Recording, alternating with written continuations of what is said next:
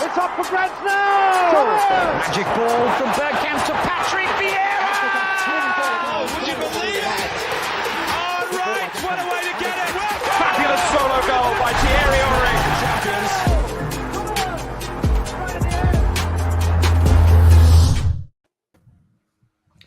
Good evening, everybody. Welcome to our Monday night podcast, which obviously isn't. We're doing it on Tuesday. How are you guys? Don't ask me that question. All right, yeah. I've got my answer. So let's crack on with that. So there was a game last night. Was there? 7 players. There was a game. Magnificent performance by players. They raised to the occasion. Warrior-like performances.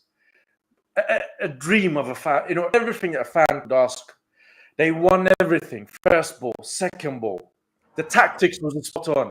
They won everything. The manager was. They were playing for the manager. Perfect.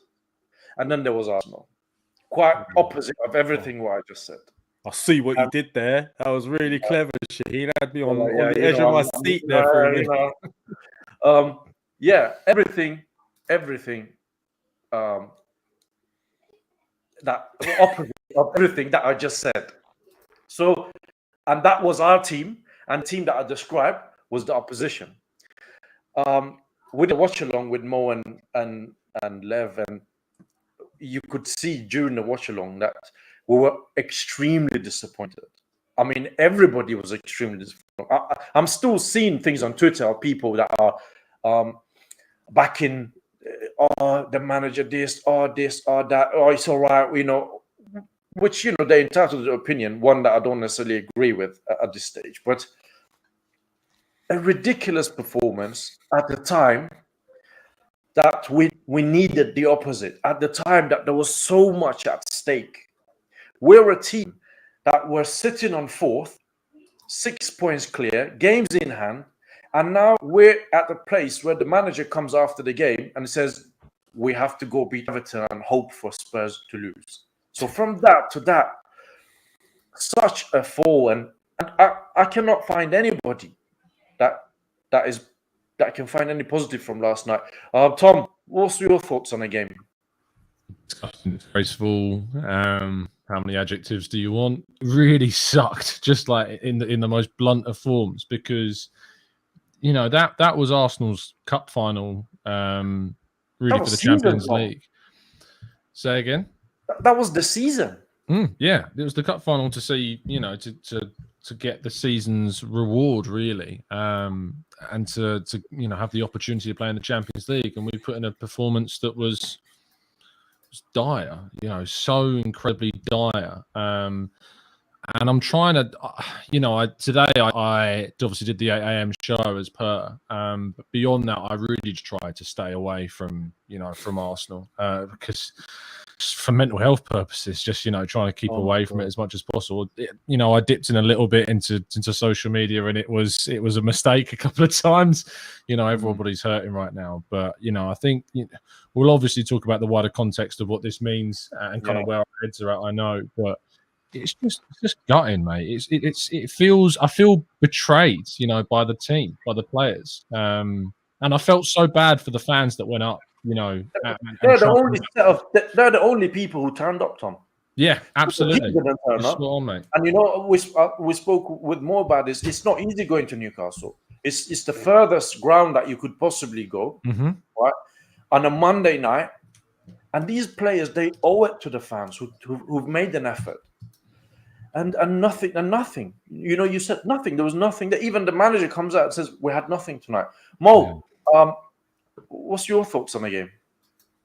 Well, you know, you had the misfortune of watching it with me, and yeah, you know, I guess what's really surprising is we've had some decent performances recently. I have relentlessly spoken about the fact that in those games we have been given gifts, but you still have to accept the gift. You still have to then, you know, not throw it away as well, right? And we did that against Chelsea, United, Leeds, whatever, and you know the other good performance against West Ham. So it was kind of like a difficult one coming into that crucial North London derby fixture, and this one you think to yourself, actually, well, you know, we had 3 awful games and 4 good wins, and you don't know what to expect with this team. But even not knowing what to expect with this team, I did not expect yesterday. Because when you say you don't know what to expect, you're talking about result. But one thing that should be a given, one thing that you should be able to expect as fans is seeing an application of effort and setup and passion on the pitch. And I just saw nothing. Honestly, I know I'm not just saying that as like a binary figure of speech, like either you get everything or you get nothing. I really didn't see anything other than the last 10 minutes or something when it was way too late. And I can't quite understand how that works. I can't quite understand how that happens on the pitch, because they surely wouldn't have been feeling, the way they played. If you were to, get a representation of that in how they were feeling before the game, they couldn't have been feeling the way they played, because that was devoid of any passion or any intensity. They must have been up for it in their minds. So is it just that Newcastle started off so well that it just took the confidence and the belief away from the team and they weren't able to respond? I'm still trying to make sense of it, boys, in terms of what explains what we saw out there yesterday. Well, hopefully we can try to do that today. Lev, what about you? What's your thoughts on the game? I've been thought about it over the last 24 hours. I think we got what we deserved. I really do. I think we got what we deserved. Not just from yesterday, from the whole way this season's been handled. Like the performance yesterday, we don't have to really shed too much light on it. It was awful. We know it was. At the same time, you're relying on a lot of youngsters to get you through these massive games. We come a cropper against Spurs. Why? They had more experience than us. They had more of a balanced squad than us and a team than us on the day. We've paid severely for a poor January window. And this is what happens. We've, people, I'm a little bit frustrated. I'm not going to lie, because people on I've tried the same as Tom, not to look at socials today, because I think it won't take much to get me going. Like, it would only take someone to say one thing and I think I'll lose my shit. So I've stayed away from it. I spent time with my family and all that sort of thing today, and it's been lovely. But cold light of day, we had a chance, and some people on here talking about, it's a good season, we're ahead of schedule, we weren't expecting to finish top 4 and all that. This is a competition. First and foremost, the league is a competition. It's about winning things. We have no other trophies to go for. This was all we had. And when December came along, we could have done something to ensure that we got this over the line ahead of schedule and put us in a far stronger position. Instead, we have allowed our rivals yet again to trump us, and we're supposed to say, hey, we're ahead of schedule. No, not happy with it. Yeah, it was very poor. And unlike you two, I did browse socials quite often today, and I could, apart from one or two people who just blindly support anything that comes out of Arteta's mouth, quite a lot of other people were not happy about what is happening. I saw clips of there was a young guy in his bedroom that even ripped up his Arsenal shirt and things like that, which is. Can I just say something on that? I want to say something on that, right? We can't be having a go at players like Granit Xhaka for throwing the armband on the floor. It's the equivalent of that's a fan's equivalent. That is, it's sacrilege. You've picked the team. You've picked your team for life. Those are your colours for life. You have every right to critique, to criticize, to say that you're disappointed, to say they got it wrong. All of these things are totally within your rights. But I draw the line at ripping your own shirt and throwing it on the floor. That's your club, that's your colours. And this is embarrassing as watching Xhaka throw his armband on the floor. Tom is well pleased with that, Oh, I think that's spot on. I've seen some mental things. I think I saw a video of someone burning their shirt. What is wrong with it? You know what? No. Give it to a kid. Give it to a kid that can't afford it abroad. Yeah, raffle it, donate it. But let me ask you a question, guys. The thing is, when you see things, right? You're just looking at what you're looking at, but you forget sometimes, or I do at least, that actually this is being recorded. You forget there's a camera involved, right? You take it as if you're looking at it firsthand. Let me ask you this question: would these shirts have been ripped and burned if there was not a camera there to capture it? No. Well, some people saying Curtis done it too. I didn't know Curtis did it. I saw some other guy do it, but I I've just seen a don't, few videos. I've seen multiple people. I don't do it. agree with it. I don't agree with it. But at all. would it have happened if there wasn't a camera there? Good point, Mo. Probably. I mean, not. the guy that I saw, he was sitting in his bedroom and he was actually talking to the camera and doing that. But it's something we all disagree with. And would you throw your season ticket away if you weren't on camera? I think remember that famous video. The point I'm clearly making is that this is not your average behavior. This is surely to attract viewers and to go viral and that sort of thing. So it's a bit frustrating that other fans are held to that kind of like poor standard, because most fans aren't recording themselves. Like, yeah, we were, but most fans aren't recording themselves. So I feel like it's a bit frustrating for them, isn't it? It's like, what's that got to do with me? I'm just watching the game like a normal person, not ripping up my shirt or burning my shirt after the game. And you're kind of there, oh, look at Arsenal fans. It kind of does a disservice to the fan base, because people latch onto it and use it against you. So, well, if anything, hold on. you're mucking yourself. I'm just conscious to move away from this, All right, because we've got a lot to get through. So, and I wanted to see where I would start things off. And then just about an hour and a half before the show, I received a phone call from a certain Mr. Haidar, who kind of messed my plans up a little bit. So I've juggled things up, and I want to start off with a Granit Xhaka interview. We quite often want and wish that, sometimes we wish a player will come out and actually say it as it is, or, admit what's going on. And then once somebody does it, we all go on him hard. I don't know if that's because that's Granit Xhaka who's saying it, if somebody else was saying it. And the first thing that everybody has said is, all right, well, that's fine, but where were you? Why are you not looking at yourself? Which, again, it goes back to Granit Xhaka. But then if there's been a game plan and others are not following it, it kind of puts his actions out of the window, that he can't follow that as well, because not everybody's following it.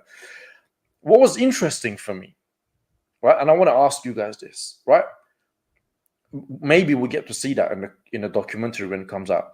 What do you think would have happened in the dressing room after the final whistle for Granit Xhaka to come out and say something like that? And are you guys all aware of what was said, or do you want me to say what was said? Yeah, I know what happened. Lev? Yeah, I'm aware. Yeah. Mo? Yeah, I'm aware of what was said. All right. Good. So this is what I want to know. One, what would have happened in a dressing room for him to come out and say it? Two, was he right to say what he said? Three, is quite interesting for me that basically he's saying the players did not follow what the managers asked him, so they're not listening to what he's saying, kind of thing. So who wants to go first? Mo, you go first. Hot potato. I'm on mute. I will say what I think. I have seen a lot of people defend what Granit Xhaka said. For me, I feel like he didn't provide any protection to his teammates. And two main reasons why I didn't like what he said. One of them, it felt like he was not taking responsibility himself. I don't recall hearing him say that we weren't good enough and putting him, because you have to be mindful that when you're talking on behalf of the team, you should be going out of your way to say, myself included. I didn't get that vibe from him. Maybe I need to read a transcript. Maybe I'm wrong.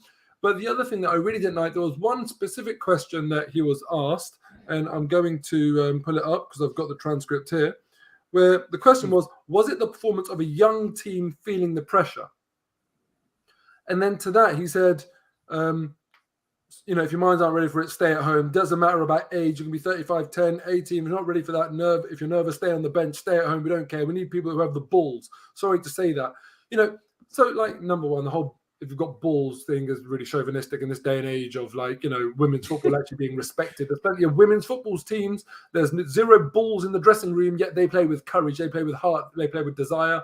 I felt that was poor of him. Anyway, post-match is obviously heated, so we can forgive him that potentially, but I think it does show that he wasn't fully in control and fully sort of calm in what he was saying. But when the question by the interviewer was specifically about the performance of a young team feeling the pressure, I feel like I feel like, he should have done more to protect the youngsters on that team, and his answers seemed to kind of sell them out a little bit, like just chuck them under the bus. And it appeared to me as if he had one or two or more people in his mind when he was saying what he was saying. It looked like it was targeted at people.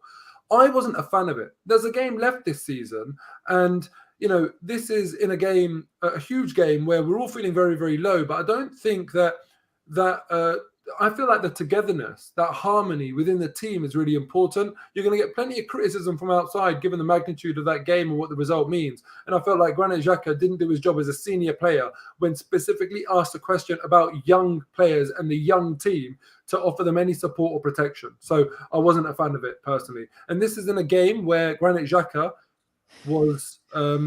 he completed 0 tackles, and we were dominated in midfield. I feel like, I'm not suggesting that he had a really, really bad game. I don't think anyone played particularly well. I don't think he played particularly badly. But, it's not like you've been absolutely brilliant and unlucky to come on the losing side. Like, you've all been rubbish. So take responsibility. Okay. Tom? I think there's always, there's 2 reactions for me with these. There's the reaction when you hear it, and then there's the reaction like 24 hours afterwards when you've reflected and you try to apply the context. Afterwards, I was really quite frustrated, but I was frustrated and annoyed and angry anyway because of the result. And in the immediacy of it, I was like, "What on earth is he chatting about? What are you talking about?" I was a bit shocked. And then afterwards, I think it was Clive from the Arsenal Vision Pod tweet about it and saying, have a look at David Jones's reaction on Sky Sports when they're discussing it. And he says, he brought up what I thought you did, Shaheen, there, when he talks about, like, we ask players to be honest and have transparency. And when they do it, we criticize them. So, look, I'm not going to criticize Xhaka for being honest and saying how he feels, because I want players to do that. But I do agree with Mo that he could have chosen his words better in that scenario. He could have chosen his words a lot better and probably protected some of the players a bit better, because if he'd have had a great performance, then fair. If he'd have been a standout performer and had given absolutely everything in that game and hadn't made mistakes, hadn't passed the opposition like he did, hadn't completed any tackles like you say, Mo, I could, fair enough. You've defended your own performance through what you've done. Can I interrupt you for a second, right? What if there was a game plan, okay, and one that has been worked on and has been discussed, right? Yeah. And then players are coming on the pitch and they're not doing what they've been told, right? 2 things. One, if Granit Xhaka then looking around, and I'm not defending Granit Xhaka here, right? He's looking around and he's saying these guys are not doing what they were told, right? And we're under pressure, right? And Mohamed El Neni and Granit Xhaka were outdone in midfield by 3 other midfielders, right? Sure. Then the idea of, oh, mate, you didn't do anything yourself. Why didn't you follow the game plan, right? Is that, I think it might be a little bit harsh on him. Would you think that might have been a possibility? Because one second, there must have been something, Tom, to trigger him to come out and say something like that. Yeah, of course. But I thought Nuno Tavares was probably our best player up until the point he was subbed. And so if there's a game plan and we've subbed off our best player on the night, how can we then point to the game plan being wrong? Because the guy that's playing the best in Tavares, we've brought off. I know that the foul throw that led to the goal, but I'll tell you what, there's a lot of football that has to happen before that ball goes in the back of the net off the back of that foul throw. A lot has to happen before that does. So it's not like we can just point the finger at Tavares and be like, you're the reason why we conceded that first goal. And if that is the reason why Arteta took him off, that's a joke. Because you went to Martinelli. I thought Martinelli and Tavares were starting to link up really well and giving us a bit of energy on that left-hand side when Martinelli came on. That sub to take Tavares off, I really thought did us in. Really did us in, frustratingly so. So I can't lean towards that, Shaheen, because, if Xhaka's saying that, there's a game plan and we're not listening to it, the obvious argument is, well, isn't it on then the coach to get his players? Why aren't they listening to him? Why aren't they taking it on board? Why aren't they delivering what he wants? You've got to ask those types of questions. Which is a worry, because one thing that, I don't have any problem with what Xhaka said. Right? It was actually refreshing that a player comes out and says something like this. I think most of the reason that people are going in on him is because he's Granit Xhaka. Had it been somebody else, had it been somebody else who come at us, and that people might have been like, oh, no, but because it's Granit Xhaka, straight away, a lot of people will say, yeah, but don't forget what you've done, kind of thing. They'll forget about what he's actually saying. Right? Look, if that was Bukayo Saka that said all of that, it'd be completely different. What has happened in order for him to come out and say that? But can I please just make a point here that if we're saying that, if Bukayo Saka said it, well, Bukayo Saka's different because this was a question specifically about young players, and then someone is turning around saying, if you haven't got the balls, Saka is a young player. If a young player is criticizing young players, he's okay to do that. It's okay to talk about yourself. Had Granit Xhaka said the senior players did not show the balls to get that game by the scruff of the neck and lead the team through it, I would have said fair enough. But Granit Xhaka there, as a captain, has not done his duty. And I get tired of this argument and this desire for honesty. I want honesty from Man United players when they make their club a circus, like they have all season. I love that honesty. I'll get the popcorn out and I'll lap it up all day. I do not want honesty from Arsenal players. I want what's best for the team. Okay? You can be as honest as you want. It doesn't mean it's going to benefit you. I'd rather they were smart in what they say rather than just honest. Every single time you see managers, come out of a game when they've lost and they say, this is my responsibility. I'll take responsibility for this. This is my fault. They're not being honest. When you see for clubs in the transfer market say, oh, I've never heard of this player. They're not being honest. They're positioning themselves to get the best for their club. So it's not honesty we should be focusing on. It's good captaincy. It's smart captaincy. It's Granit.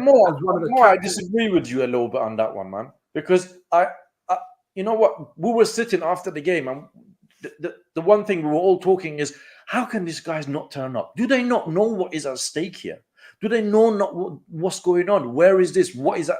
What could they be? What could they achieve if they win? Tottenham are rivals, and what Granit Xhaka has done, it tells me that no, they did know. There was a plan. It's just that it was not executed on the pitch. Whose fault is that? Is that how much blame do you put on Arteta then? Because surely Arteta's got to take blame if they're not, performing his game plan. It's a really interesting question, Tom, because one thing it shows me is that possibly, maybe I'm wrong here, maybe I'm way off, right? But at times they're not listening to him. Because if there was a game plan, obviously it was not executed. Is it? Whose fault is it? Yeah, probably players. Because they haven't executed. If they've gone and they executed the game plan, and the game plan was shit like the Tottenham game, then you look at the manager. It's difficult for me to say, is it Arteta's fault and that? I'm just trying to find out. I'm trying to read between the lines of Granit Xhaka's interview to find out what is going on behind the scene, kind of thing. Are they not listening to the manager? Because whilst I say, I like it, it's refreshing for him to come out and say that. Again, it's not normal at all for somebody to come out and sell your teammates just like that on national TV. Lev, you've been quiet on this. Where do you stand on it? Listen, initially yesterday I was in no state of mind to even listen to what he had to say. Now that I've listened to everyone else talking about it and looked at the socials, firstly, I think it's done, if anything, it's raised more questions. Because now people are going, oi, if no one's listening, whose fault is that? Tom just did it. Look, Arteta, whose fault is it? If people aren't listening to his coaching or what he's telling them to do, surely some of that blame falls at his door because that's a manager's job, right? On top of that, I'm not being funny, but he was awful himself. It sounded like he was, in a way, it sounds like he was just sort of shifting the blame or it was... it's all virtue signaling for me at the end of the day. You can come out, you can tell us what we want to hear, you can tell us how disappointed you are, you can tell us you haven't got balls and this, that, and the other, and honesty. The only honesty I want is on that pitch. Honesty, the performance, an honest, hard, like for the fans type of performance. Instead, what we got was nothing short of disgraceful. It was lacking in everything you could think of. I can't even remember a time where I was on the edge of my seat thinking, oh my God, we might get a goal here. I think you couldn't in the first half, could you? Listen, because you were behind. Oh man, let's save the jokes for someone else. I don't give a shit about it. Listen, Granit Xhaka should shut up. And I think really and truthfully, they should all take this L as a team because they were all awful. And I can't see you could sit there throwing shade at other people when you was just as bad as them. So in my opinion, all he's done is made matters worse. And it's just virtual signal. Anyone can come out and say, oh, we should have been better and this, that, and the other. But where it really matters, they let us down. So I really I don't care what he has to say. Okay. I just think there is, we'll leave that for now because we've got other things to discuss. I just think there's more to it than that. And maybe in future we'll find out what it is. Mo, so the current situation is that we rewarded the manager with a contract. We lost the North London derby badly, right? We lost. I think for me, the defeat to Newcastle was worse than the North London derby for me, right? And then we go into the last game of the season against Everton, and I think we all agree that we've got 10% chance of making the top four. You know, I think 90% Spurs will beat Norwich, and that will be the end of it, right? So, well, optimistically, I'll say 10, right? So that is now the current situation. Okay, it doesn't look good. Where do we go from here? How do we pick ourselves up as fans? Because that's what we need to do right now. We've got the summer coming up, and how the club can put this back together. Because I'm now seeing things, and I'm sure when we come to Tom, he can clarify this, that out of a sudden now, Gabriel Jesus, he's not really 100% sure because there's no Champions League football. You know, maybe we were thinking about the likes of Dybala, etc. That is now not likely because of the Champions League, which to a certain extent I understand. I'm not saying that is the case, but I would have understand because someone like Jesus would want to play in a Champions League. So where do we go from here, man? Well, where else can we go? It's just simply a case of, we have to look at the positives of this, and that will be that, 2 8th place finishes, now a 5th place finish. That in itself is progress. I haven't looked at on detail in terms of the points tallies, the goals scored and goals conceded and stuff, but certainly from a league position, it's a point of progress. You have to focus on that. Listen, and let me be clear, this is not me saying what I think necessarily. I'm just saying what a manager has to say to his team right now in terms of, you asked me, where do we go from here? You have to go down this route of being positive and saying, look, Champions League is great in terms of adding to the transfer kitty, but actually in terms of potential of winning a trophy, Europa League's better. There's more chance of us winning the Europa League than the Champions League, and you have to try and convince these players that, okay, look, the only way to vindicate what's happened here towards the end of this season is to now go into the Europa League. Let's get to the final. That's the target. A one-off game, anything can happen. Let's get to that final. If we win that, then we're in the Champions League. You've gone through the rigor of playing a season with midweek European games as well, and you've gone and got a trophy at the end of it. If we can do that, then you've put this wrong right. And you have to use the wrongs that we've seen in the last couple of games, or in the last 11 games, where we've had 6 defeats and 5 victories, which isn't good enough. And you have to basically say to them, look, it's on you guys to put it right. And in terms of Mikel Arteta being rewarded, I think I've moved away from kind of viewing it as a reward. I'm viewing it as the club basically protecting themselves with a manager that they can get rid of like that if they choose to, but without having a contract, they can't retain him. So you give him the contract, and that way, if the project's going well and you still believe in him and everything, then you can continue to do good work. The minute you don't believe in him, you can sack him anyway. That's what happens in football. So it almost makes more sense to just have the option, right? It's a sort of like a retain with the option to sack clause. you could look at it like that, right? So that's where we go. We believe in the manager believes in the players, the fan base have to recover, and we can't hold it against them forever. We just have to move on and hope that they can put the wrongs right next season. I mean, I agree with more or less everything that Mo says, Tom. The only thing I don't agree with is we've had 3 attempts with 3 different managers in Europa League, and haven't won it. Unai Emery is supposed to be the master of the European football. Even he couldn't win it with If us. he can't do it, who can do it? You know what I mean? Yeah. So it's not given that we're going to go and win the Europa League. I don't have any confidence in Arteta going there and winning the Europa League anyway. So, but in terms of where we are and the situation and where do we go from here and summer plans, because you probably know more than us about the summer plans and how things will change if we don't have Champions League football. Things will change in the sense that they would have wanted to get certain players this summer had we have qualified, and they won't. That's the reality. Is that Tielemans? Maybe. Is that Dybala? Maybe. Is that Gabriel Jesus? Maybe. I don't know. What I do know is that they didn't think we were going to get into the Champions League next season, and they planned for this to be a year to get back into Europe. They planned that this summer transfer window was, with Europa League football for next season. That's what they planned. And that the Champions League was effectively seen as a bonus if they did. So there's no excuses to fail this transfer window. There's no excuses to not go out and get our primary targets with this initial plan. We shouldn't be going into the first game of next season with business still to do. We should not be in that situation because we've supposedly planned it. And that's public information. Edu came out and said that. They've planned it. It's done. It's sorted. They don't need to discuss anything else. It's ready. It's finished.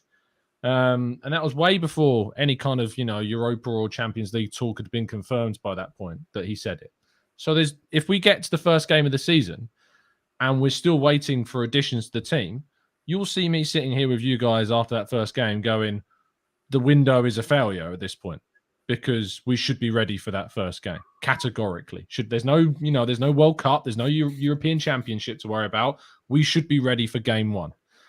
In regards to kind of where I see where Arsenal are at, it is my belief that we would have finished fourth had we had Partey, Tomiyasu, and Tierney for these last 10 games. I think if we'd have had those three fit and ready for these I think we would have got fourth.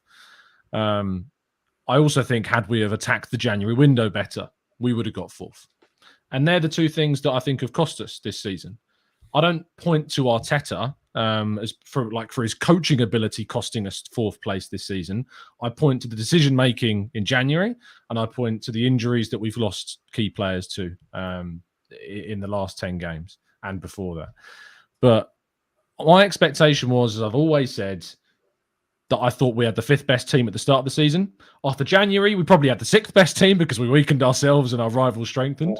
And finishing fifth was my expectation of what I thought we would do. So I can't get angry we finished where we have. I can be very disappointed that we've missed this opportunity to get into the top four, sure. But I'm not going to be angry about finishing fifth. I'm going to be very disappointed that we finished outside of the top four because we enabled that opportunity for ourselves. We put us there. We put ourselves in that position to get top four and we've missed it. We blew it. But, if I set someone a target, I'm not sacking them if they achieve it. It's as simple as that for me. I agree. And I think sacking maybe is a bit strong at this stage. Well, did any of you think we get top four after before the Brentford game? We've done a prediction earlier in the season. I don't know if Moh has got that where we all said where we think we finish. I don't think anybody said top four. No, I think someone said eighth at one point. Yeah. I think Moh, you even thought you think we'd finish. I can't remember, but the thing is, Tom, you make a really good point. But see, this is where different fans kind of view things differently. Some fans, they'll say, "What I said at the start of the season, that's the anchor that I kind of holds me in place in terms of where I thought." And then other fans kind of they revise it as they go along. And I kind of feel like, neither is necessarily the right answer. I do feel like it's important to look at what you said at the start of the season. I really do. And just to stay fair to your team.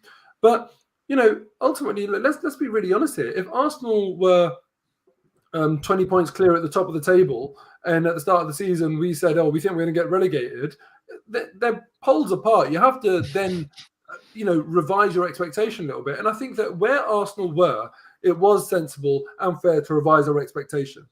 After 26 games, we were 1 point clear of Man United with 3 games in hand, 3 points clear of West Ham with 3 games in hand, 5 points clear of Wolves with 3 games in hand, and 6 points clear of Tottenham with 1 game in hand. So from that point, and then the following 11 games, we lost 6 and won 5. So from that point, after 26 games, I feel like it's not unrealistic and it's not unacceptable. Well, I don't think that's fair, though, because, when we talk about from 26 games, that's 26 games into the season. I think we played Norwich twice at that stage. I think we played Burnley twice at that stage, and the teams around us hadn't. Spurs are finishing the season with a game against Burnley at home and Norwich away. That's the end of their season.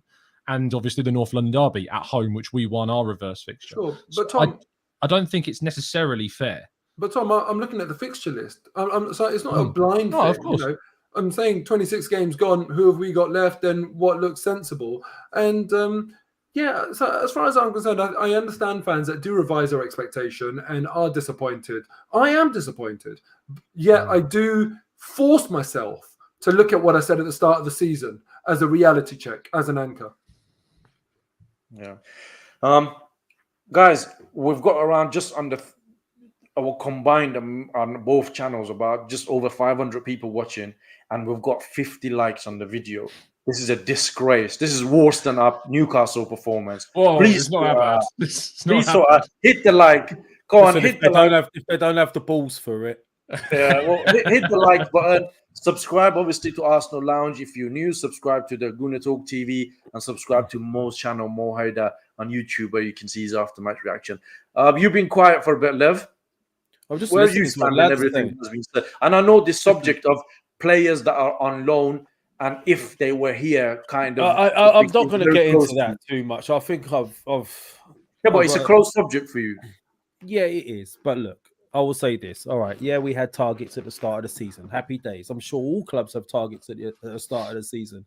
Could you imagine when Leicester, when they won the league, went to themselves, oh, we're overachieving here.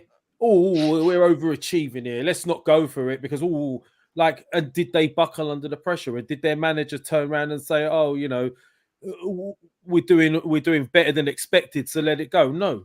When it's an opportunity, you have to grab it, right? The league is in a very uncertain place right now. Teams like Man United languishing in 8th, 9th, not performing consistently. Teams like Leicester, same. Wolves, the same this season. All these teams that were around us have faltered this season, right? Even Spurs faltered this season. When we faltered before, teams overtook us. And we haven't gone back in since. So to sit there and go, we've overachieved with the fact that you've missed top 4, for me, it's farcical. Because you should, as a club, your first port of call should be to compete for everything. We're out of every other tournament. So what's left to compete for? When you had a chance in January, they should have looked at this and said, this is our chance. And they should have grabbed it. Now, when you look at it, next season, it's going to be even tougher. Far tougher. It's going to be far tougher next season, right? I have no confidence in the manager. And the reason I have no confidence in the manager, people sitting here saying we've seen progress. Yeah, I have seen progress. I've seen some good things, but I've also seen some dead, awful things. Yeah. Right? And let's not forget it. We have seen some terrible, terrible things. He has tried silly things in crucial games. We had one moment when we lost 3. How many chances did we want to secure this top 4? How many chances did we want? Right?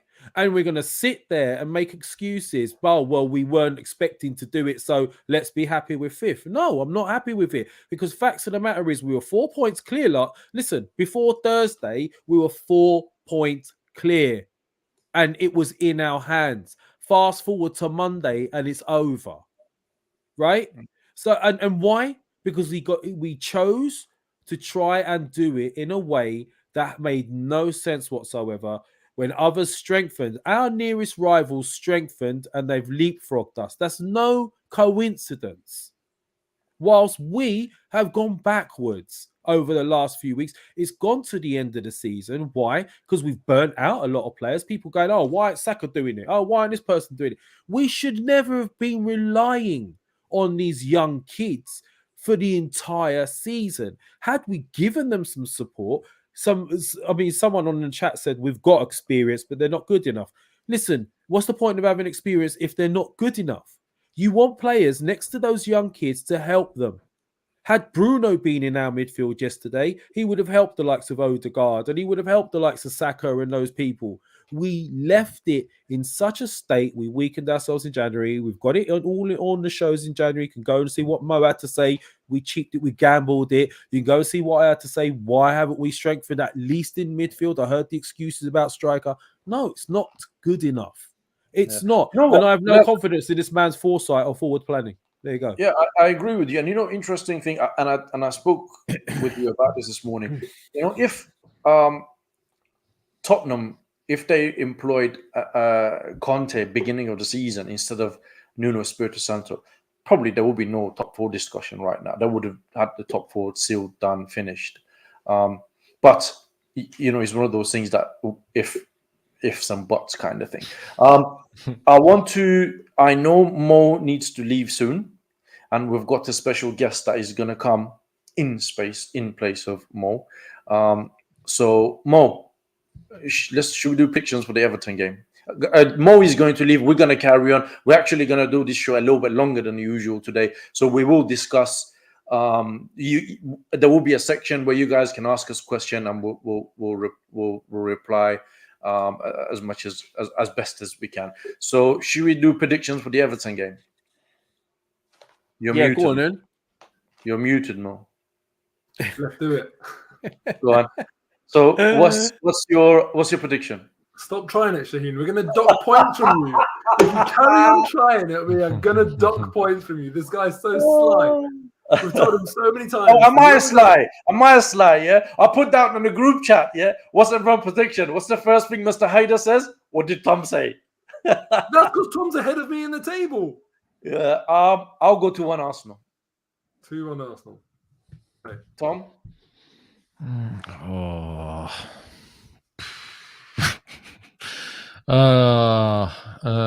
Yeah, I'll go with the win. And I'll say 2-0 Arsenal. Moh, Lev, you lost. This is a tricky one for you. You have to keep hitting me with the fact that I'm last. Is that no. This is interesting for you, man. This is your last chance to salvage. Is it now between Moh and Lev? Like, is that? Yeah. Yeah. Oh, I'm safe. I'm not safe. Yeah? I am going to perform better than Arsenal do on the final day. I tell you that. So hold on, where do we stand now, Moh? Me and Tom, we're cool. Yep, 13 points for you, 11 points for Tom. I'm on 9, Lev's on 7. So it's between me and Lev. So Moh, I don't understand. Lev needs to wait how for I'm Moh's 2 prediction. points behind. This needs to be tactical from Lev. I don't understand how I'm 2 points behind. I don't get that. But anyway, go on. But, this all comes down to Everton Palace on Thursday. How can you predict this game where we don't know whether Everton need to win or not? Well, you just guess the score, Moh. That's what you do. Oh, I need to think about what's going to happen at Everton and Palace.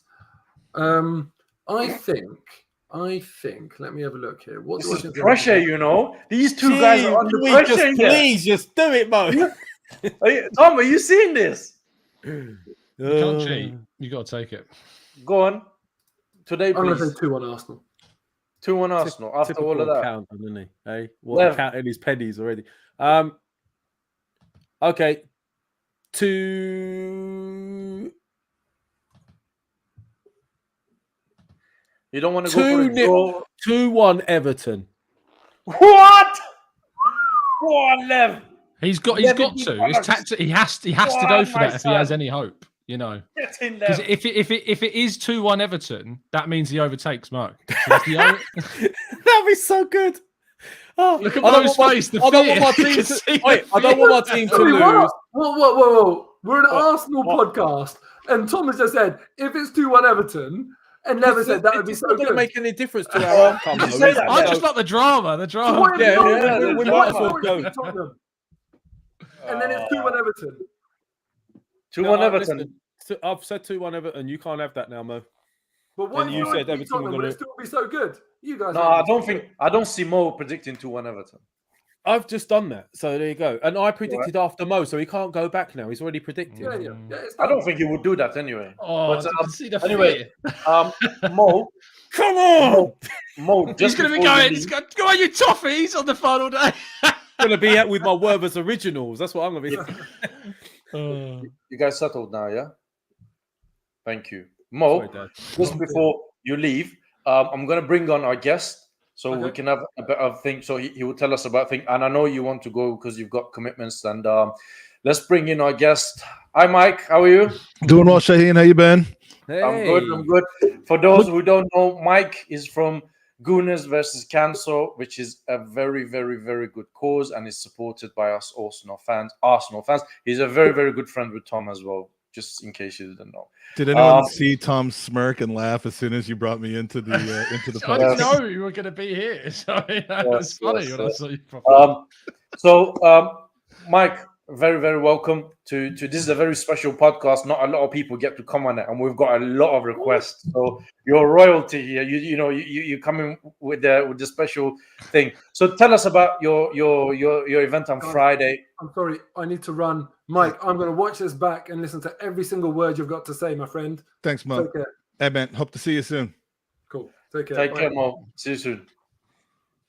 Right. Well, with So- that introduction, I mean, my God, I'm overjoyed to be here. I was overjoyed to be here anyway, but now I feel overjoyed, lucky, and special. But then I realize I'm friends with Tom, and that all goes away. All right, we feel for you, man. Tom the Toffee, I think, is his new name after the last few minutes. No. There's reason for that. Let's not throw me under the bus. He's going full Kevin Campbell now, like switching gears and rooting for Everton. So anyway, you didn't bring me on to talk about Tom. No, actually, do you know what? Do you want to? You do want to talk about Actually, me.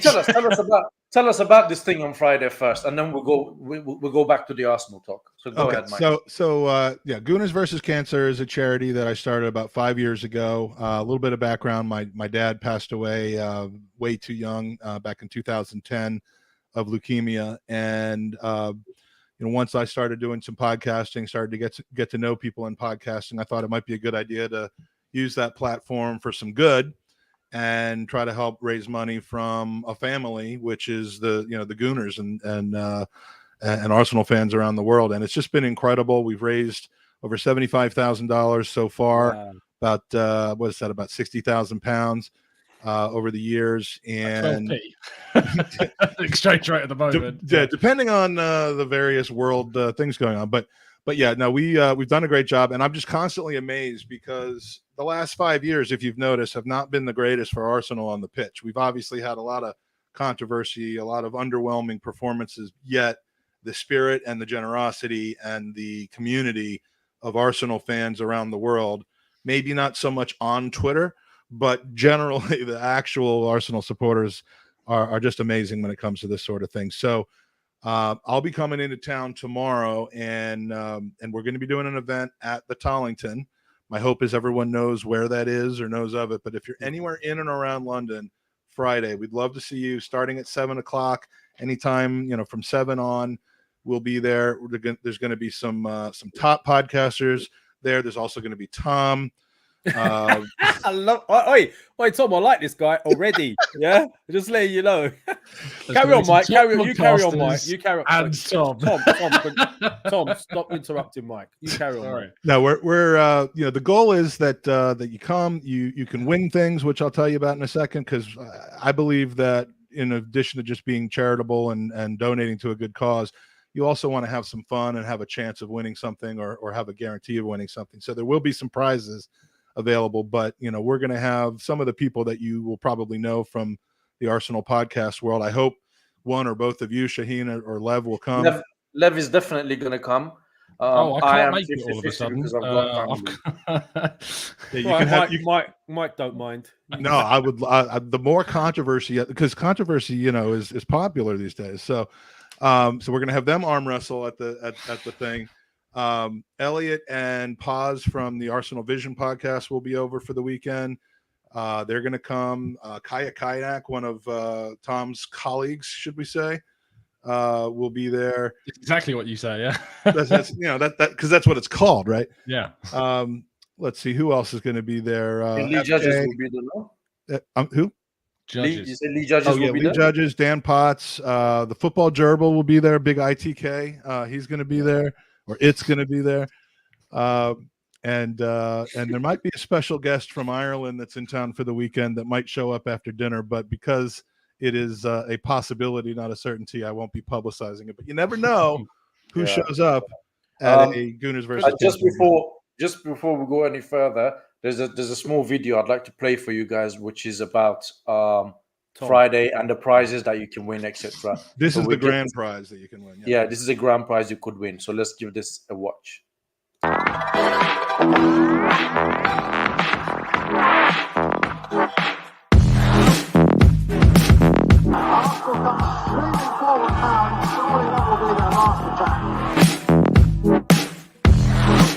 Good ball by Gibson. Fine mistake. But Thomas charging through the midfield. Thomas! It's up for grabs now! Thomas! Right at the end!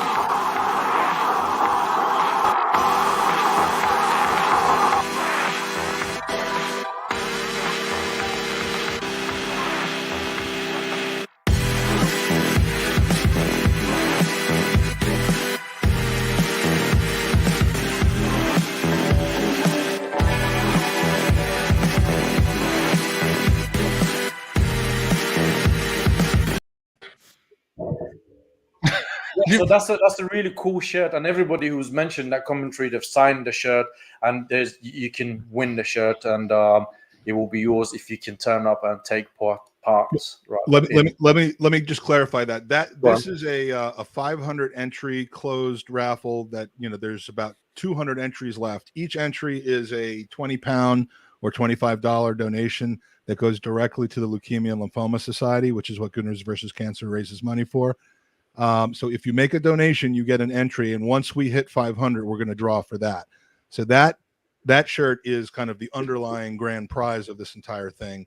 It's not likely to be given away on Friday at the Tollington, but what will be given away on Friday to anyone who donates on Friday is a signed 89 shirt from Perry Groves.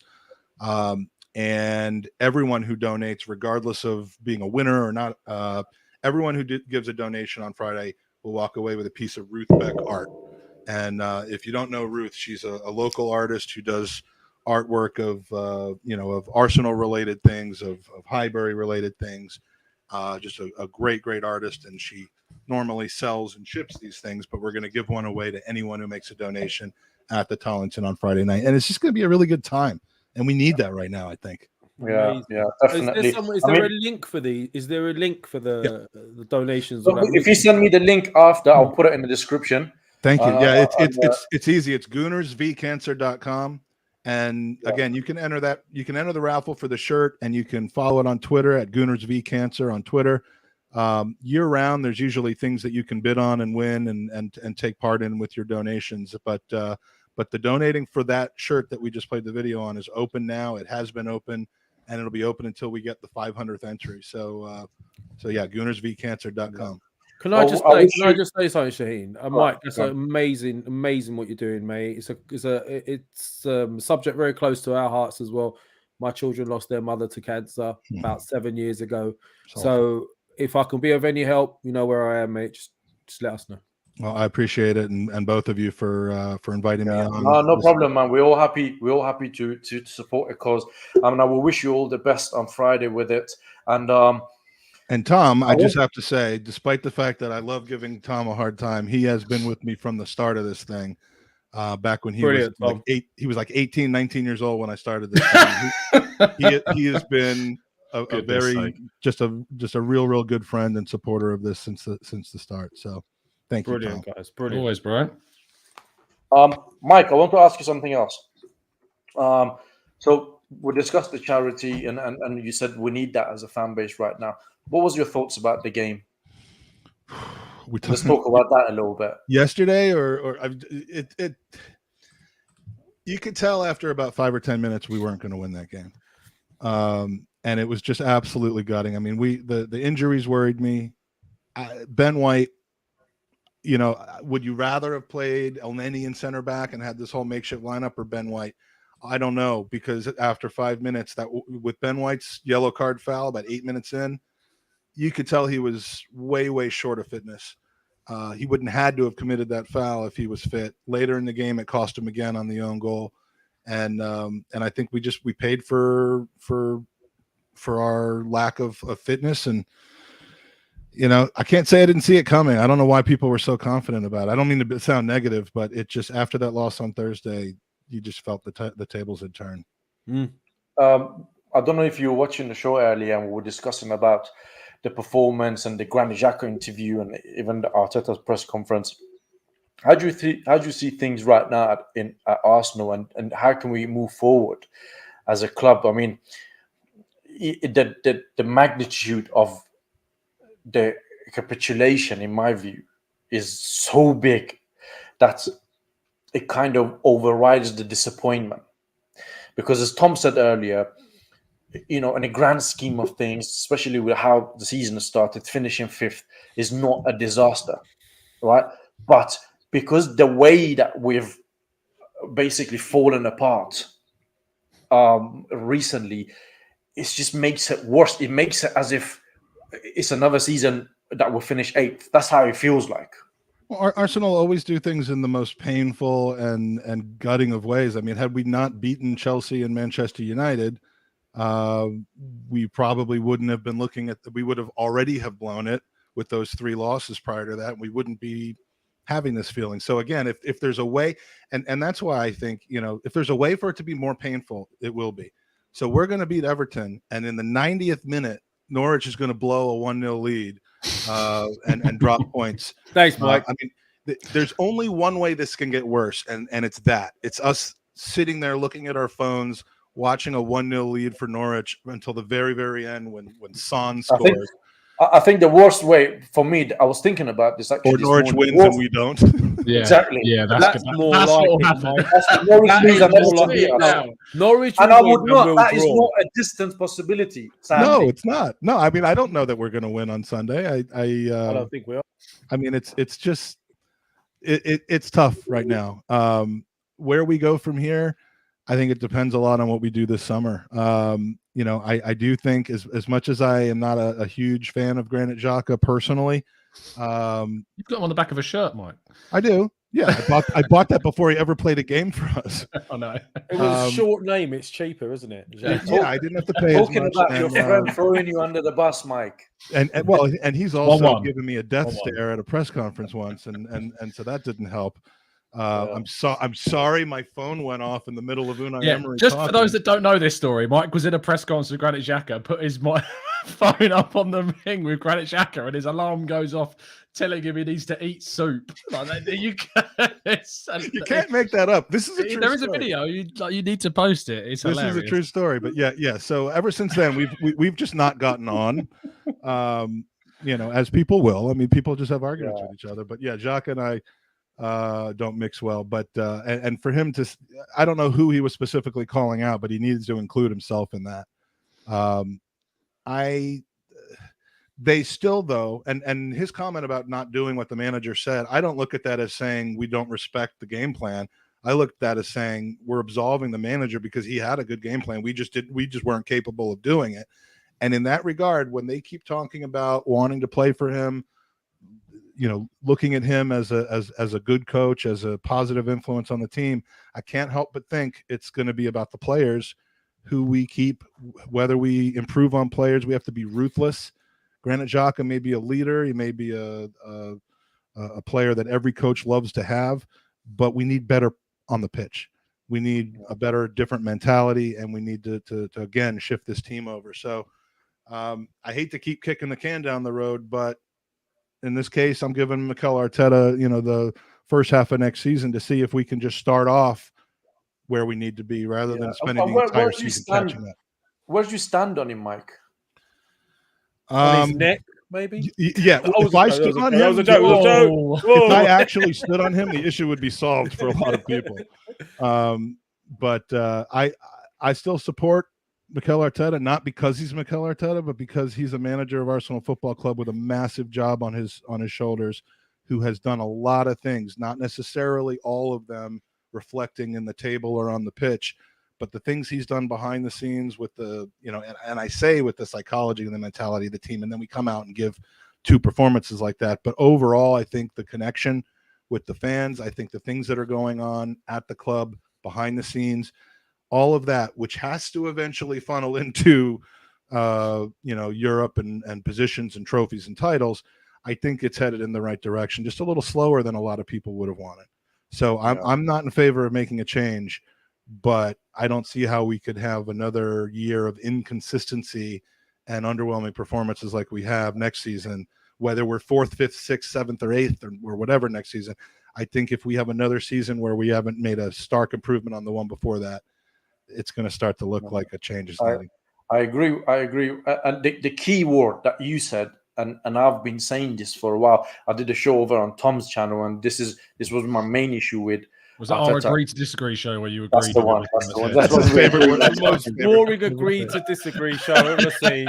Should have just It was just agree to disagree and indigenous. Those are two favorite. I mean, the key word here is inconsistency, right? Because you can't lose to Palace, Brighton, Southampton, and then go beat Chelsea, Man United, West Ham. It's keep it consistent. Well, but doesn't that show you that we actually have a team that's capable of playing that way? If they, and you can blame it does, it on Mike. the coach But for then saying he's not keeping them motivated 100% of the time, or you can blame it on the players. It shows there is something there. But then the question that I don't know the answer to is, what is it that he can get out of them at Chelsea away and Man United and West Ham that he couldn't get out of them at Southampton away or Brighton away? I don't know that.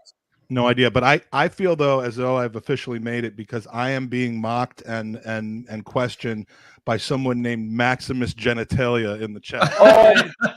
That's normal for Maximus. I feel like he gets me. I'm proud to be mocked by someone named Maximus Genitalia, which was almost my birthday. Is this the comment you're on about, Mike? There's a whole series of them. Maximus is just normal for Maximus. I'm sorry. Welcome to the lounge. Now we know why no one wants to come on here. Minimus Genitalia is a huge fan of mine, though. It's crazy. Let's carry on our show, and obviously we've got Mike in space with Mo. Tom, you want to ask your questions that you normally ask once a week? Oh, you want your random? When you said we're going to carry on this show, I thought you meant Arsenal, but this sounds like we're wrapping up soon. No, we're not going to wrap it up. We're going to. Well, I'm actually the end. That's the headline act. No.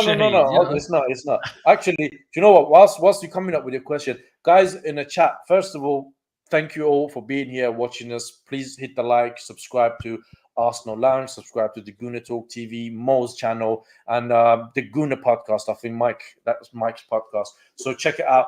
And when he does it, please, if you want to ask us any questions, put it in the comments now, and we try to get through as many questions as possible we can tonight about how you're feeling, your thoughts, and any question you might want to ask us. Go ahead, Tom. Oh, okay. Even though you, no, I forget. You keep saying you're going to do this, and you never do it. Last week, okay, I've got it. Look, I've got a question. It was in taking my day of trying to avoid social media. I managed to just get outside, get some fresh air, go on a walk, and there was a pub, and I was thinking, what is the best drink that you can order on the hottest day of the year? Oh, that's quite obvious. I want specifics. I need you to be specific about this. A pint of Estrella. Wait, let him ask you. Wait, your turn. No, you said that, didn't it? Right, so is that you, Esprilla, yeah? So yeah, there you go. Not Estrella. Used to play for Newcastle. Not Stella. Estrella. Lev? Do you know what?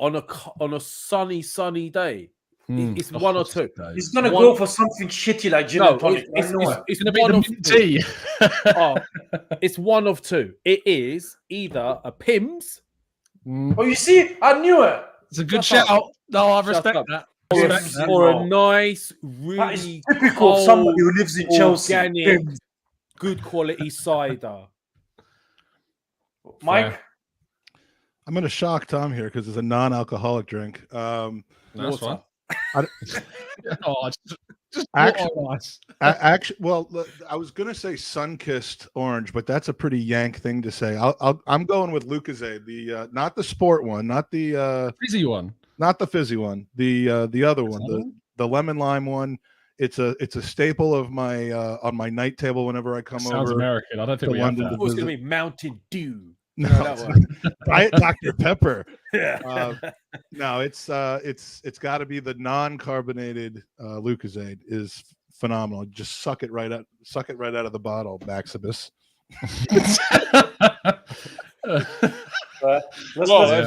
Let's swiftly we're move just on to the past the questions. watershed now, so we're all right. Yeah, There you go, let's there's move your on to the questions. So, guys, put your questions on the comments, and then we try to get through them as much as possible. Alistair asked question: Newcastle was a repeat of Crystal Palace. Prove me wrong.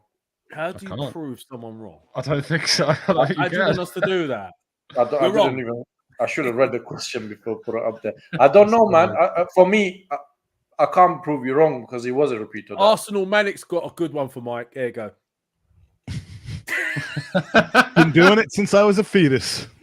to be fair, Lucas age, yeah, He's still got the same bottle as when he was one. Exactly. He still uses Here we it. Little C cup. This I one, have my Gatorade Zero. Two by the cups time like I- that. you finished, Lev. Can we get on now? Oh, For God, the every time questions. I crack a He's joke- like, I used to be a reason- teacher, and he's worse. He's worse than what I was. You like. quite finished.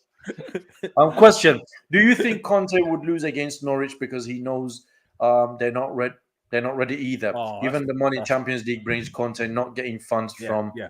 Levy. Thoughts? Go on, Can Lev. I answer this? Yeah, brilliant. So he's gone all out to beat us on Thursday, then he goes all out to get that result on Burnley, and then comes on the Sunday or whenever it is and goes, right, lads, not going to get no funding. So today we lose. Intentionally. Stupid. Sorry, I don't mean to call you stupid, but that is a stupid Right. question. Mike says, any of you guys going to the Summers Emirates Cup? We might win that. Yeah, well, I don't know. I don't even know who's It's playing only, there. it's only one day this Yeah, year. it's one day. They'll figure it out that morning who's playing, I think. Boreham Wood, I imagine. It'll be behind closed doors against Brentford, probably. But any of you guys coming to the States for the summer tour, though? I'm Iranian, Mike. I might struggle with the visa side of things, so that's me. I'll sneak you in. Jeez. I'm coming over next week. You get in my suitcase when we come back, and I'll sneak All you right, in. deal. Then you only have to wait like 2 months until the It's game. all old right. suitcase, I'll Mike. go around. I'll go around, check America, see what the American dream is all about. Going back to the questions, Matthew, when is the Wagatha Chris? Oh, mate, you know what? I'm not gonna even read that. You're in a row here. Why don't you Steve. vet questions before you? All right, you know what? I'm gonna actually put it to Tom since he's keen. When is the Wagatha Christie case going to end so he stops making the news? Tom? What is it? I don't know what it is. It's, Is I that think, the- linked with? Is that the- linked the with Colleen Rooney and Rooney and- Vardy? Vardy's wife. Oh, is that the Vardy? Yeah, I'm more into Depp Heard at the moment. Over Yeah, that I've one. been following that more. Yeah. I couldn't give you an answer. Mike, Sasha says, why is it so wrong to focus on the positivities? That's a great question, Well, the positives. Sasha. And you know, obviously, I'm. Sorry. I You missed see, that. Mike, you see what I have to deal with every week? Immatures. You see, now they positivities. tell me I need to get my stick out. You need to I behave deal with him. yourself. I deal with him every like 10 minutes in the group chat. So it's, I'm gonna. Hey, you two. We just behave focus on the positivities, please. Yeah, Just to get on with it. Well, Mike. we're getting kicked in a minute, Lev. We're gone. I see a lot of stuff in the chat about here's another positive fan or someone who's accepting of failure and all that. It's got nothing to do with that. It's called being 49, having lived through a life and realizing that I have very little control. Sure, I could protest outside the Emirates. Sure, I could not go to games instead of flying over 4 times a year to go to games. But I love this club, and I like when the club makes me happy. When they make me annoyed or pissed off or gutted or upset, I try to just focus on the positives because I don't need to get sick physically and ill over this. So I focus on the positives, not because I'm trying to fool myself into thinking the team is better than they are. It's because I like for my passion to be something enjoyable. Because like you want to live longer, basically. I is want what to you're live. I saying.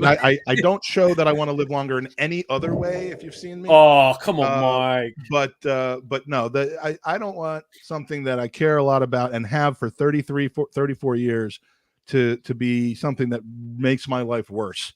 Just because That's fair. So you don't want to. You just want to keep it positive, and you don't want to really focus on negativity.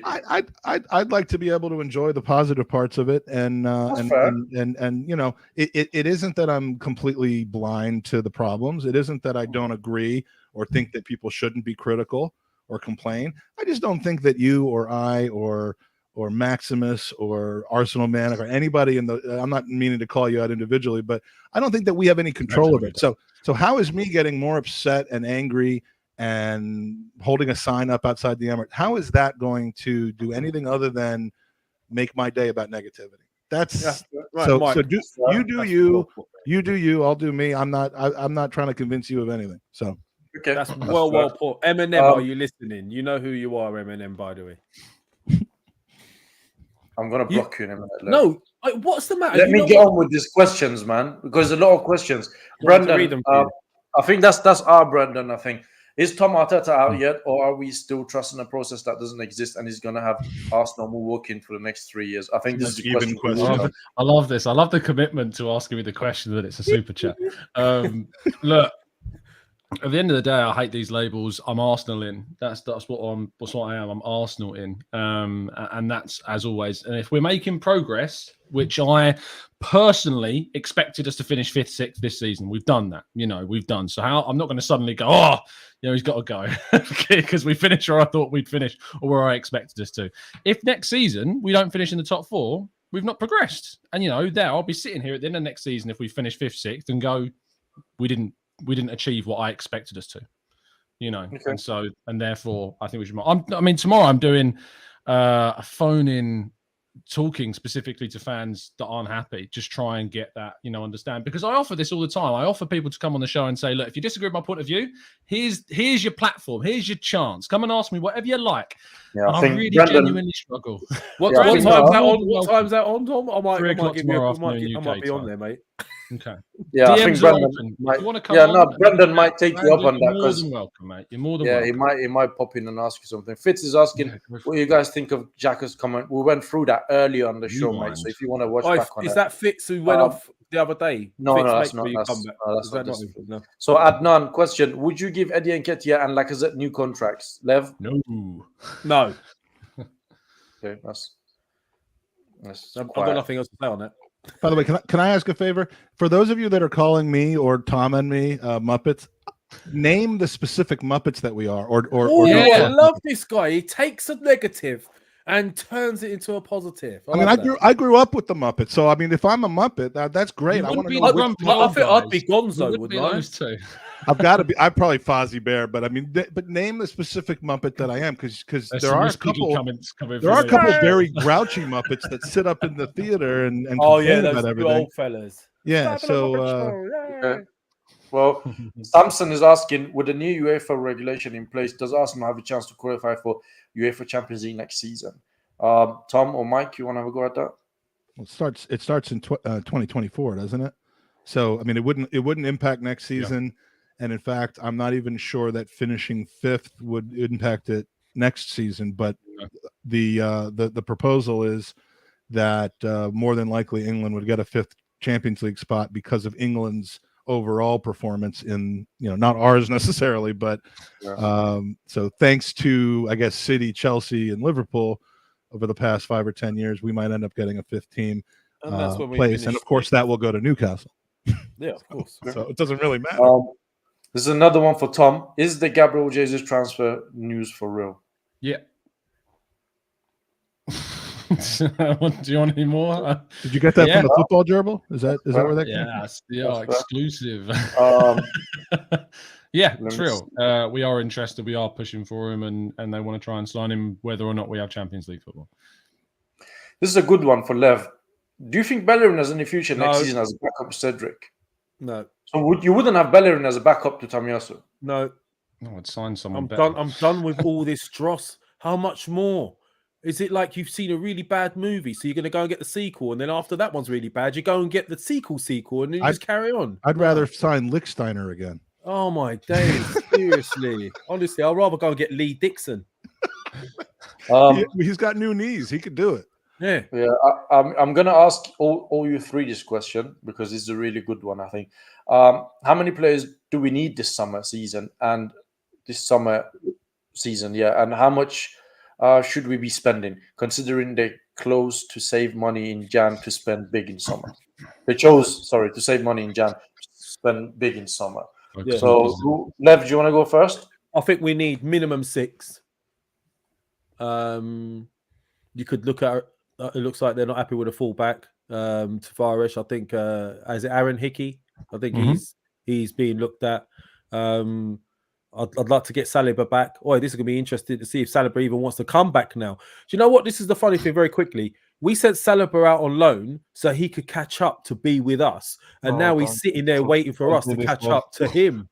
There you go. I just thought I'd let you know that. He's playing Champions League and all that jazz, and we're not even there. 6. I would say 6 players. Okay. Couple in defense, couple in midfield, then 2 strikers. Tom? 7. Okay. Goalkeeper, fullback, centre mids, 2 strikers, a winger, and a manager. It's actually quite interesting, Tom, you say this because I was thinking this morning about different things, and Bernd Leno, that something needs to happen to him this summer as well. Matt Turner's coming in, isn't he? Matt Turner's coming in, so he's one of the 7. Yeah, so Bernd Leno, I think he's got some value in him, no? Because his contract has got. He's not going to walk away. I think you'll be lucky to get 10 million. I think you'll be lucky to get 10 mil, to be honest. The Arsenal Poundland transfer season will be starting very soon. Mike, what about yourself?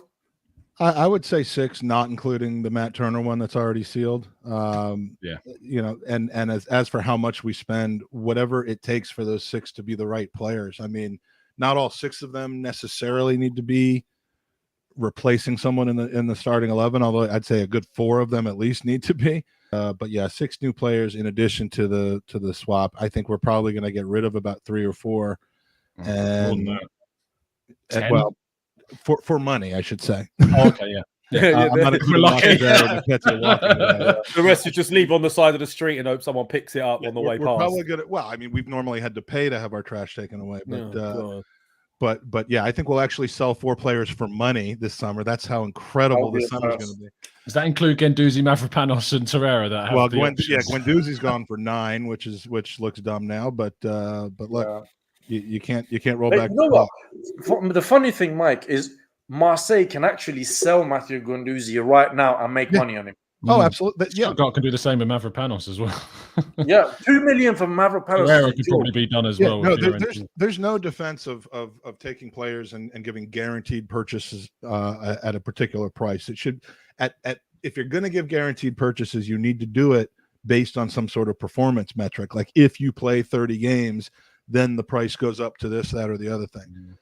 To basically roll the dice and say we're going to give Guendouzi away for 9 million, and if he turns into a world beater this summer or this year, it's still 9 million. It's just dumb business. It's hopefully the end.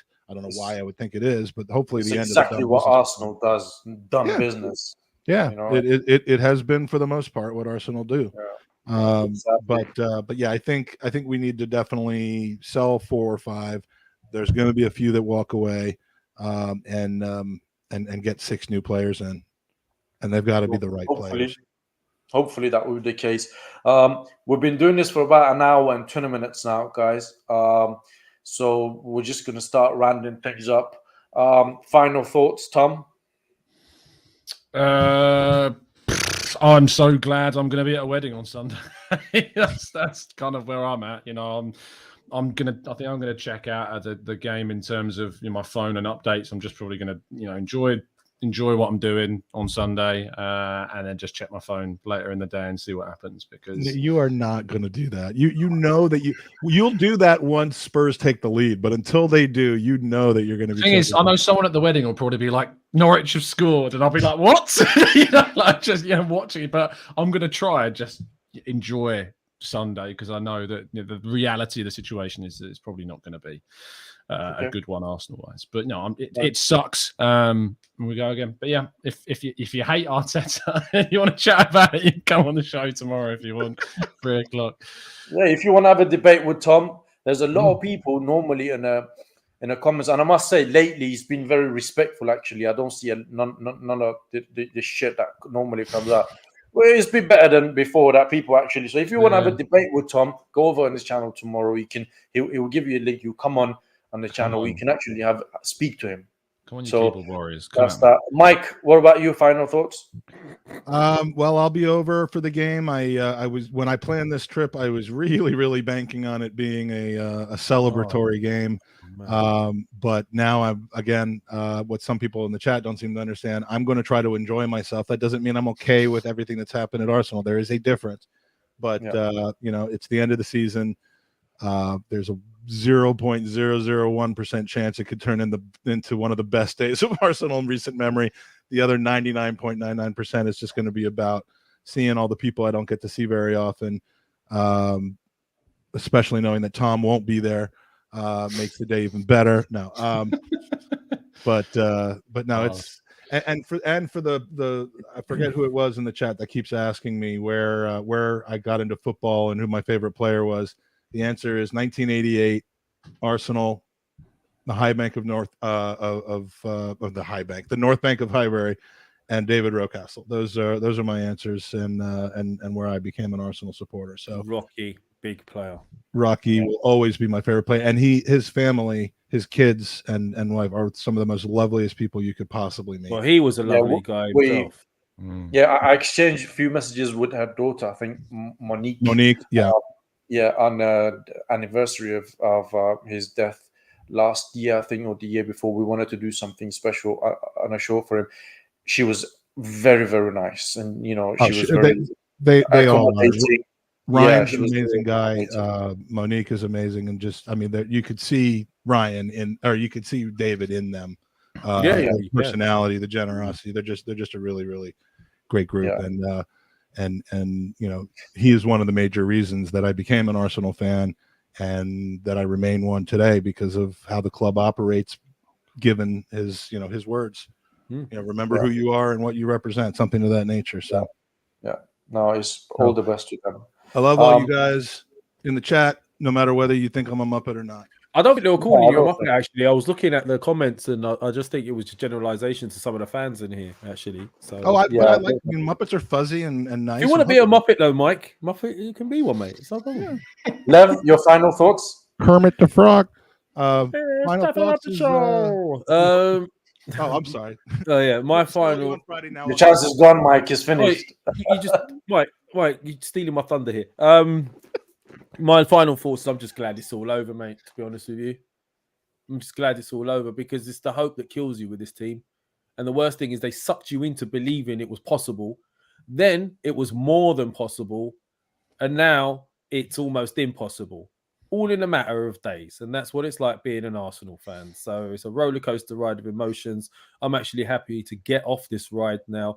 I'll probably be doing exactly what Tom will be doing in the sense of not watching the actual game. I'm not going to be at the same wedding as him, obviously, but it's just going to be like in the back, subconsciously, you're going to be thinking, it might, some ridiculous. If anyone can do it, they can. Spurs can do it. Bottle it at the last minute against the team. But I even went as far as looking at Norwich's results these last couple of months. I couldn't believe I did that. And that's not helped me out at all. So Sunday, I'm just not watching the game. I'm not doing anything to do football. There you go. But love to all of the fans in here. Thank you for joining us. Thank you for going through the journey with us. And thank you for helping us with therapy over the last few days as well. Yeah.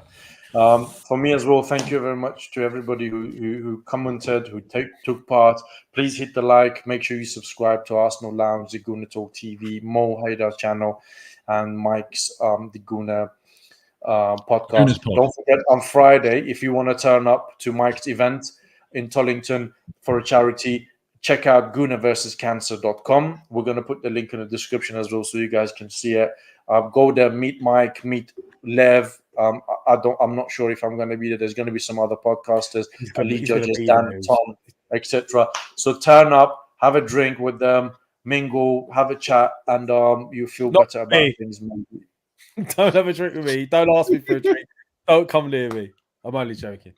Sorry, Shaheen, you're not really in a good mood today, are you? Everything I do, What? like What the fuck was that? Don't come near me. Don't ask for a drink. Don't. What's well, that about, man? you're sending But them you're to not come and like get that a drink normally. with me. So why are you saying like There's going to be he's not velvet like this ropes normally? surrounding Lev. I'm not. I'm going to be in the VIP section, so don't bother me. All right, there you go. I've said it. No, I'm Anyway. only joking. Thank you very much to everybody. Before Lev wrecks himself more than that, we'll call it a day for this week, and we'll see you guys again next week, Monday. Have a wonderful week and weekend, and we'll see you soon.